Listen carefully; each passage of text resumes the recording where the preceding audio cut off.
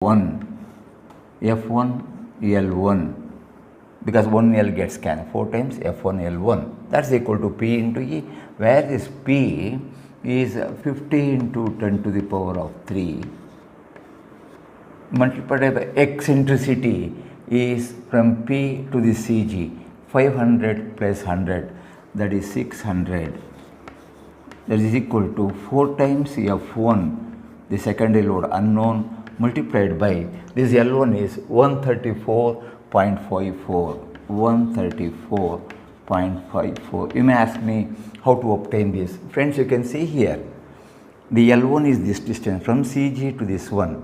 Friends, you know this distance. This is 100 and this is 90. So this L1 is equal to square root of 100 square plus 90 square under root. So L1 works out to 134.